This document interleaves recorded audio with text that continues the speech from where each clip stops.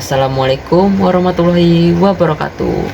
Halo semua, perkenalkan nama saya Syariantawi dengan NPM 257831001 kelas 1C Prodi TRPL.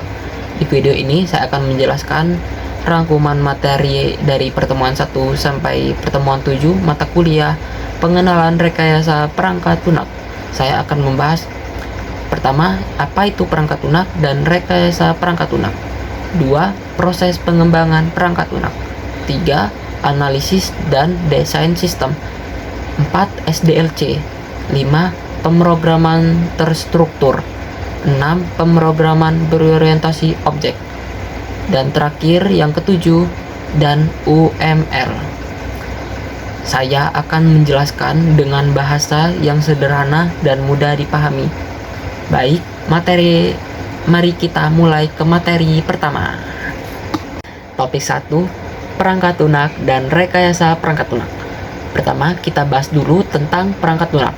Perangkat lunak atau software adalah program yang berjalan di komputer atau perangkat elektronik untuk melakukan tugas tertentu.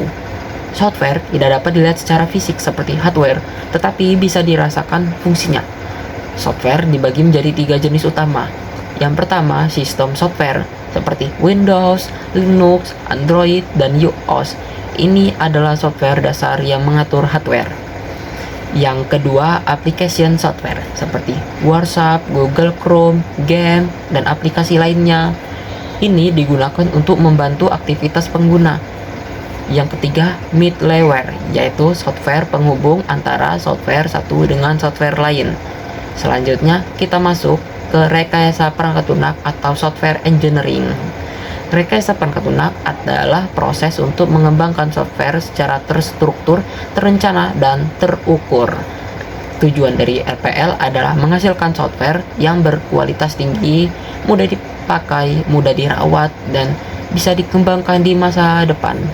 Software yang baik memiliki karakteristik seperti handal, efisien, mudah digunakan, mudah dikembangkan, dan bisa dijalankan di berbagai perangkat. Topik 2, proses rekayasa perangkat lunak.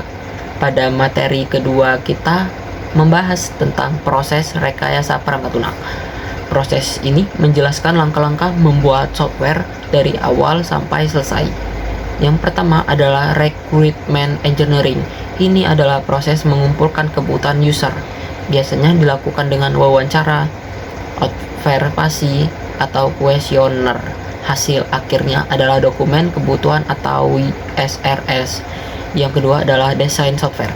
Pada tahap ini kita merancang struktur sistem, database, alur, dan tampilan. Yang ketiga adalah implementasi atau coding. Di tahap ini, programmer menulis kode sesuai desain. Yang keempat adalah testing. Tujuannya untuk memastikan program berjalan dengan benar dan tidak ada bug. Yang kelima ada deployment, yaitu merilis software agar bisa digunakan masyarakat atau perusahaan. Yang terakhir adalah maintenance, yaitu perawatan setelah software digunakan. Maintenance bisa berupa perbaikan bug atau menambahkan fitur baru. Ada juga beberapa model proses seperti waterfall, spiral, instrumental, dan agile. Ini menjelaskan cara kerja tim dalam membangun software. Materi ketiga adalah analisis dan desain sistem. 2 tahap ini sangat penting sebelum memulai coding. Pertama, kita bahas analisis sistem. Analisis adalah proses memahami masalah dan menentukan kebutuhan pengguna.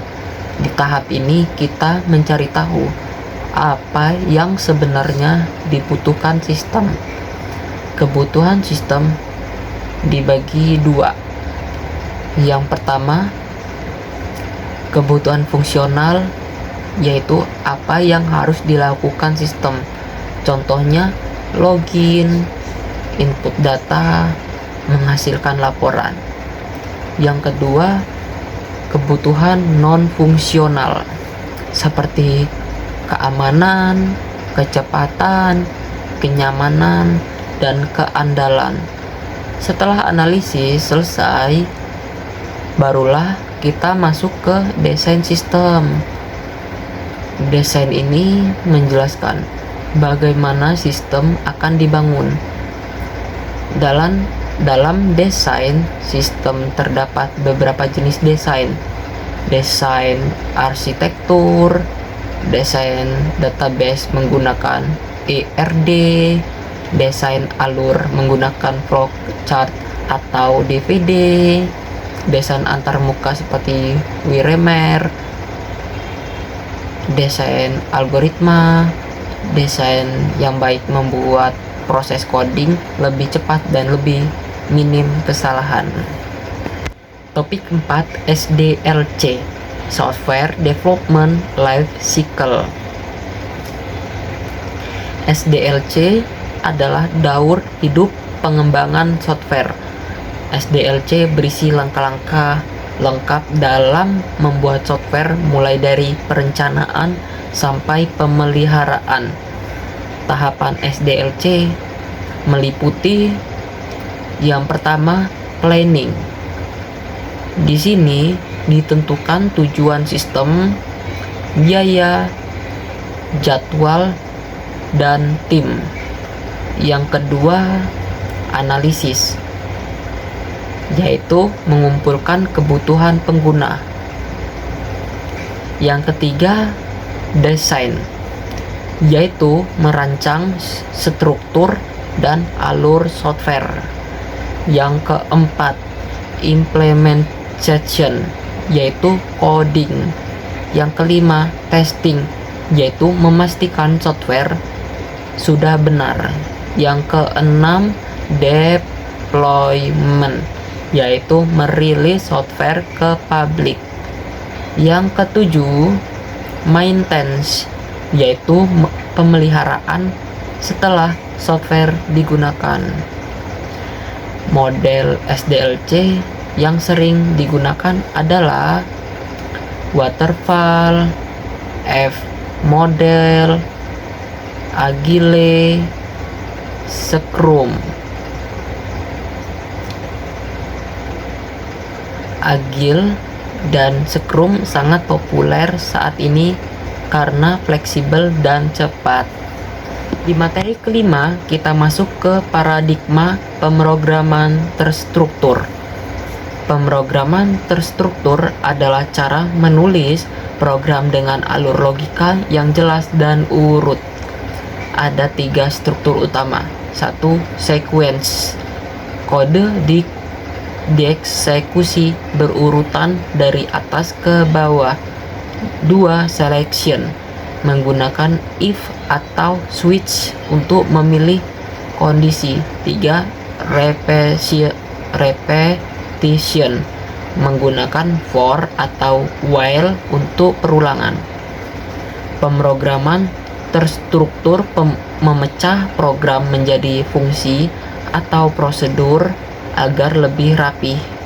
Keuntungannya adalah mudah dibaca, mudah diuji, mudah dirawat, logika lebih jelas. Contoh bahasa yang menggunakan pendekatan ini adalah C dan Pascal. Topik 6, rekayasa perangkat lunak berorientasi objek atau OOP. Sekarang kita masuk ke OOP. OOP adalah paradigma pemrograman yang fokus pada objek. Objek memiliki data dan fungsi di dalamnya. Ada 4 konsep utama OOP. Yang pertama, encapsulation, yaitu menyembunyikan data agar lebih aman. Yang kedua, inheritance, yaitu pewarisan dari kelas induk ke kelas anak. Yang ketiga, polymorphism, yaitu kemampuan objek memiliki banyak bentuk atau cara. Yang keempat, abstraction, yaitu menyederhanakan hal yang rumit. Keuntungan OOP adalah lebih mudah dikembangkan, lebih mudah dipelihara, reusable, struktur lebih rapi. Contoh bahasa OOP: Java, Python, C++, PHP, C. Materi ketujuh atau materi terakhir adalah UML. UML adalah bahasa pemodelan standar untuk merancang dan memvisualisasikan sistem. UML membantu tim memahami struktur dan proses sistem sebelum coding. Beberapa jenis diagram UML yang penting adalah: yang pertama, use case diagram. Diagram ini menunjukkan hubungan antara aktor dan sistem. Yang kedua, activity diagram. Diagram ini menggambarkan alur atau proses kerja. Yang ketiga, kelas diagram. Diagram ini menunjukkan struktur kelas, atribut, metode, dan relasinya. Yang keempat, sequence diagram. Diagram ini menunjukkan alur pesan antar objek berdasarkan waktu.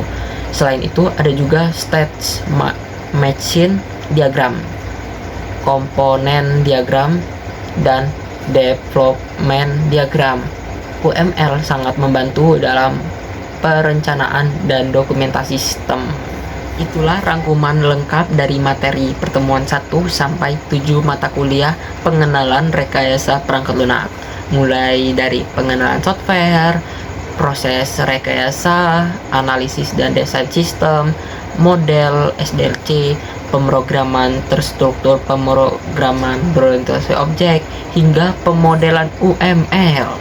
Dengan memahami semua materi ini, kita bisa mengetahui bagaimana software dibangun dari awal hingga akhir. Terima kasih sudah menonton video ini, semoga bermanfaat dan sampai jumpa di materi berikutnya. Wassalamualaikum warahmatullahi wabarakatuh.